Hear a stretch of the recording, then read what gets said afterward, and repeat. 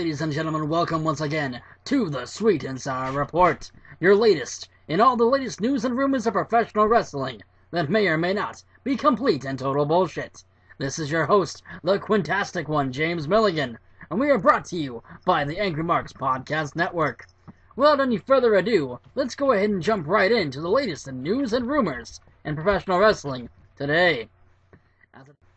As a top story tonight, Antonio Cesaro has caused an international incident, as it appears as if he has filed for a violation of the Geneva Convention due to the WWE's mistreatment of him and jobbing him out week after week. A member of the Associated Press had tried to come into contact with Antonio Cesaro and told him there was no way, shape, or form that this was a legitimate complaint. But Antonio Cesaro was reported as telling the young man to shut his ignorant American mouth, as Antonio Cesaro, being a native of Switzerland, the country in which the Geneva Treaty was signed in the first place, he says that he is fully aware of all the precepts involved with that document.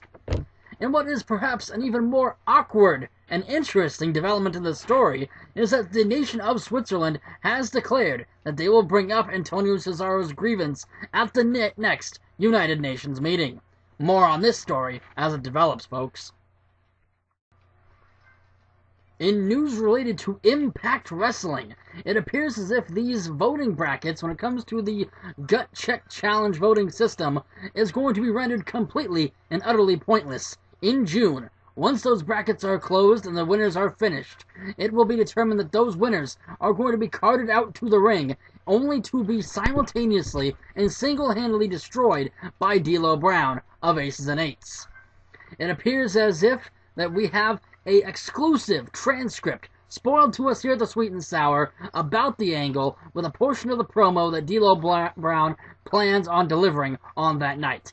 And I quote, "Last time I checked my gut, it was bigger than all of these jobbers in the ring with me right now."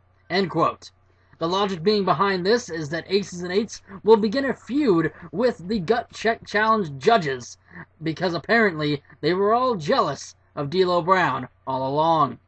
This will apparently lead into a 6-man tag tuxedo match at Slammiversary during the summer, in which Team TNA will be consisted of Bruce Pritchard, Al Snow, and Danny Davis, taking on the team of D'Lo Brown, Taz, and a mystery partner representing Aces and Eights. The mystery partner we also have an exclusive will be revealed as none other than the returning Eric Bischoff, which will lead into the inevitable Aces and Eights victory, in which case they will earn the rights to the Gut Check Challenge, which will reduce the competition to nothing more than a weekly competition between members of Aces and Eights and local fat guys in beer drinking contests.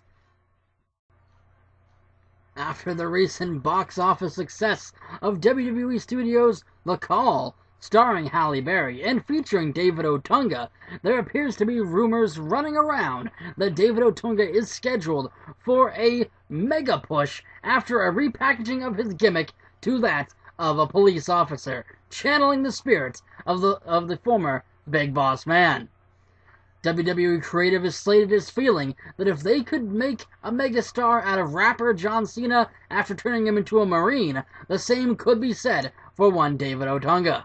No word yet as whether or not Michael McGillicuddy will be getting brought back to form a buddy cop tag team with Mr. Otunga as McGilly and the Black Man. More on this news story as it also develops. News has spread like wildfire that Mike Quackenbush recently held an official press conference that revealed that he has created a submission move so deadly that even he himself could not break it. To demonstrate, he proceeded to perform the deadly submission maneuver on himself in front of the press attendees, who were left shocked, confused, and speechless.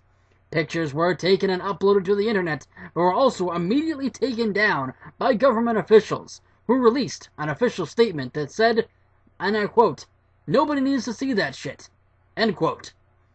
Regardless, word of mouth spread like wildfire today, as people all over the world are reporting incidents of people performing this submission maneuver on themselves, which is being referred to as the Quackenspiel. And finally, folks, we leave you with a more sobering story tonight, as the WWE has once again become the subject of mass media controversy. A recent reporter tried to flag down Vince McMahon in order to get him to answer the age-old question, do you consider yourself more of a sport or an entertainment broadcast? When it was discovered that this kind of a question was meant to trap Vince McMahon into a corner into whether he would be subject to athletics commissions or Screen Actors Guilds, then he reportedly told this reporter to go fandango himself. Now, as you guys all know, due to the recent controversy of YouTube banning all videos of people fandangoing themselves, because we're still not sure what the hell it does, it has been considered one of the most foremost insulting barbs that anyone could ever scathe towards another human being.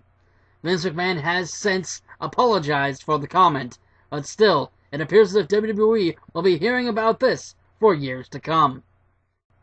And with that, ladies and gentlemen, this is your host, the Quintastic One, leaving you with the Sweet and Sour Report, brought to you by the AngryMarks Podcast Network. Until next time, stay just Quintastic.